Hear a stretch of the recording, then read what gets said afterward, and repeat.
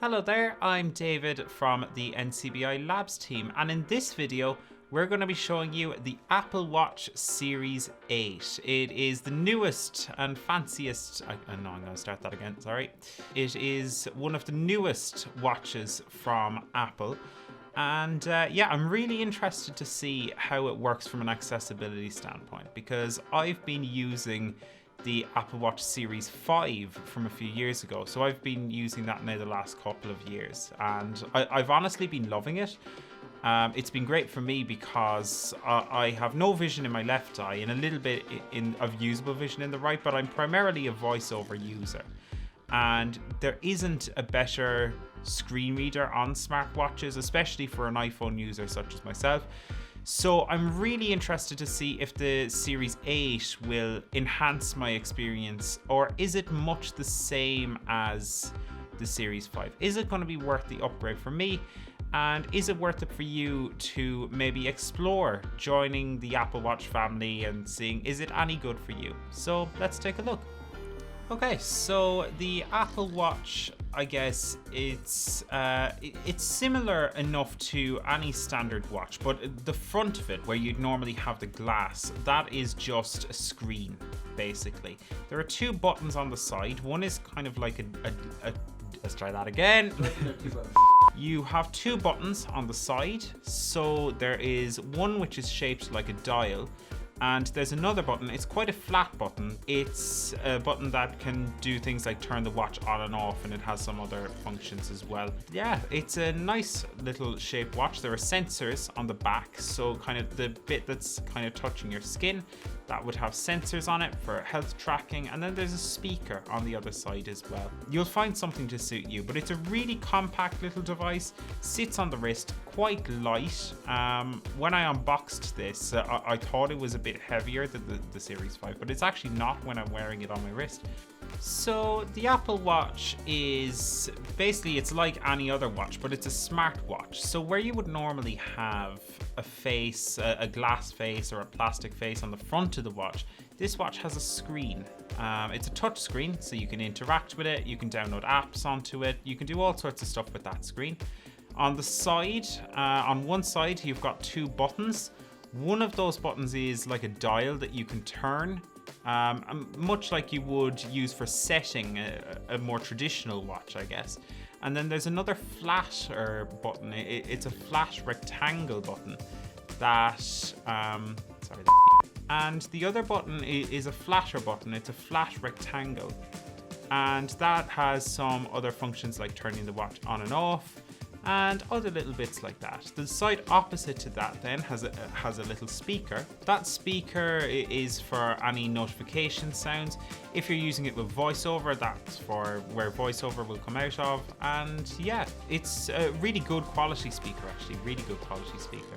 You can have loads of different bands for it. The one I'm using at the moment is a black colored sports band, but there are all sorts of different bands. If you're more used to a link bracelet on your watch, or you know, maybe you're used to a more kind of luxury watch band, or whatever suits your taste. So really good, a really well built product, and really easy to get your way around. It's shaped like a normal watch, so you'll be right at home straight away.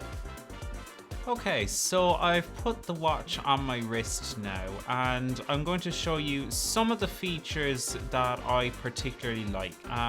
So the first thing that really stood out to me when I set up this watch was the blood oxygen sensor within the watch. Now, this is something that isn't going to be important for everyone, but I thought this is a really cool feature to include in the watch. So if I demo this, you're going to hear my voiceover because I have my voiceover switched on. So if I touch the screen, you'll hear the time. 11:49 a.m. So I'm now going to press the side button to go into the menu. And I'm now going to find the blood oxygen app. So it's at C, so I know I'm going back towards B. Calculator. Blood oxygen. Button. Blood oxygen. Let's go into blood oxygen. Blood O subscript 2. Heading. Okay, so I found the start button, and then all I've got to do is double tap, and you'll hear as this counts down. Start. So all I'm doing now is the watch is on my wrist. I'm not touching it, but it's measuring my blood oxygen level as we speak.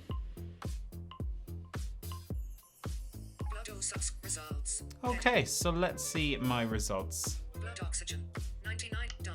Blood Oops. oxygen 99%. 99%. I'm still healthy. Good to see. So I thought that was a really cool feature. So there are other really cool features that I like that aren't necessarily specific to the Series 8 Apple Watch, but they are in some of the older ones, but they're really beneficial all the same. So using Apple Pay. So I can go to a till and I can double press the side button on the watch and it will activate my card. So I just have to tap the watch off the little contactless payment thing and away it'll do its thing. It'll pay using my card, which is really, really cool. It's got a mindfulness app built in, so you can do things like breathing exercises and it'll vibrate on your wrist. So it will tell you then when to breathe in, when to breathe out, all through vibrations. So it's really, really accessible. If you're not able to see the screen, it doesn't really matter. It's really, really cool in that way. You can also, of course, use it for things like workouts and all sorts of audiobooks, all these things, all using voiceover, and you can use it if you've got low vision as well. It's got a decent sized screen. So there are loads of different features in the Apple Watch and it is relatively good. Now, as much as I love the Apple Watch personally, it does have its issues, and one of them did impact me, and this is something that it's in the Series 8, it's in all the watches basically. I personally like, as a low vision user myself, to turn voiceover on and off as necessary. So I might need voiceover for navigation, but if I get a notification, then it might make sense for me to have voiceover read it. But there is an issue with this on the Apple Watch. So if I can show you, right? Let's say I'm in the control center. So I've my voiceover turned off for a minute, but I'm in the control center. But let's say now I want to interact with the control center. Ordinarily, I would use the accessibility shortcut, which is to triple press the crown. But here's what happens when I do that. Now, it's turned on voiceover, but it's taken me right back to the watch face. So the notification that I was in, the app that I was in, the control center that I was in, has been closed on me. And I have to go back in manually, do all the gestures.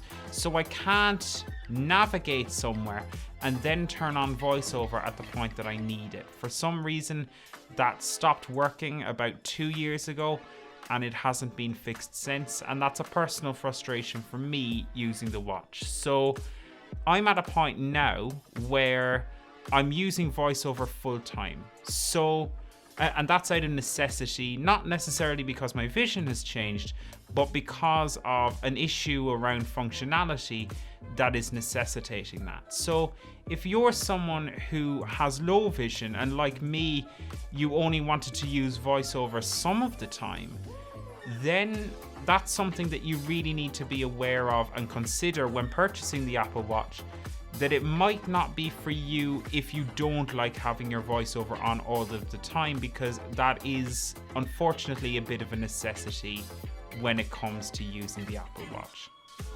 The second issue I have with the watch, and bear in mind, I'm being a little bit more picky here, but it's an issue all the same, is again for low vision users. The watch face selection on the watch isn't massive, and there are some large print watch faces. I'm using one right now, but it displays the time in really large text, but the problem with it is it doesn't allow for complications. And what complications are there little bits that you can use to access things quickly. So you might have a complication to start the workout, or maybe if you're into farming, you might have a complication set up to tell you the time of sunrise and sunset.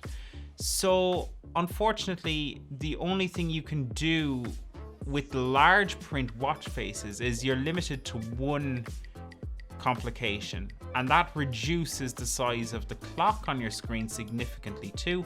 So if you have low vision, it might be a case that you aren't able to use a complication on the screen. For me, with my level of vision, I'm not. If you're a low vision user and you don't like using screen reader as much, it might not be for you.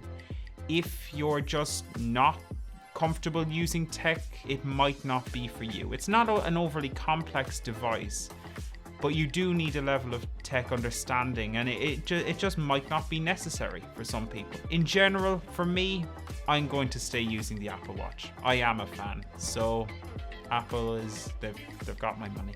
If you were to ask me, would I recommend the Apple Watch? My answer is, it really depends on who you are.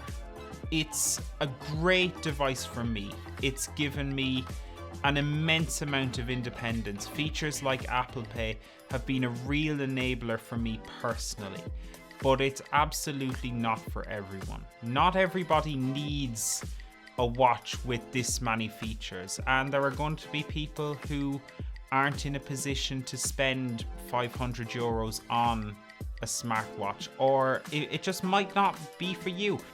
So Apple might have got my money, but if you want to learn more about the Apple Watch for yourself, or maybe check out other products or discuss other products, you can get in touch with us here at NCBI Labs by emailing labs@ncbi.ie, or you can give us a call at 1800 911 110.